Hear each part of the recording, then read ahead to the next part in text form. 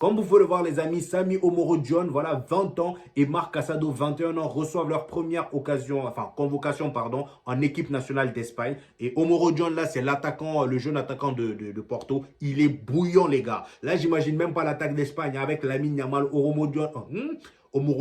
Il a un nom bizarre. De quelle origine il est même? C'est quoi sa vraie origine? Il vient d'où? Pour ceux qui savent, là, dites-moi ça en commentaire. Bref, je disais en gros, l'attaque de l'Espagne, ça va être une dinguerie avec Lamine Yamal. Lui là, Omorodion là, et de l'autre côté, Nico Williams, ça va être vraiment cheaté, les gars. Et d'ailleurs, comme vous pouvez le voir, Omorodion a marqué 11 buts en 11 matchs de championnat et d'UEL cette saison avec Porto. Et ensuite, on a Casado, voilà, qui s'est imposé comme milieu défensif titulaire au FC Barcelone. Franchement, Casado, l'un des meilleurs milieux de terrain de ce début de saison. Il n'y a rien à dire. À son poste, je vois personne le déranger. Je pense même qu'on est sur le meilleur 6 de ce début de saison. Voilà, parce que je vois pas quel 6 dans les 5 grands championnats a fait un meilleur début de saison que Casado, qu'on se dise la vérité. Les amis, Rafael Leao serait ravi de porter le maillot du FC Barcelone. Lui, il est fan du FC Barcelone apparemment. Voilà, Milan pourrait céder son joueur pour 80 à 90 millions d'euros. Donc, à voir si le FC Barcelone aurait suffisamment d'argent pour aller le récupérer. Moi, je pense que ça va être compliqué. Mais après, s'ils réussissent à l'avoir, ce serait bénéfique pour eux.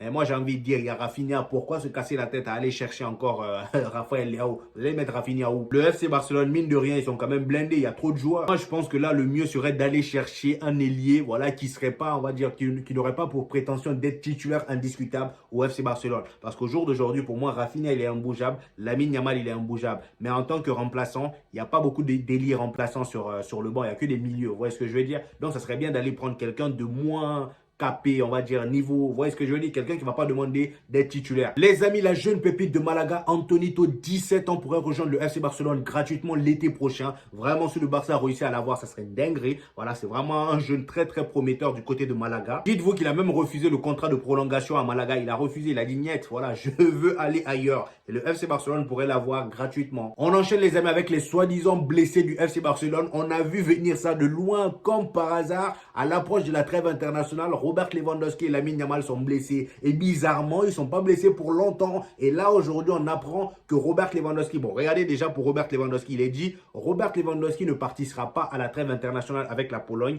Le Barcelonais a subi une blessure au dos. Et Barça, vous aussi, vous mentez. Hein? Comment ça au dos?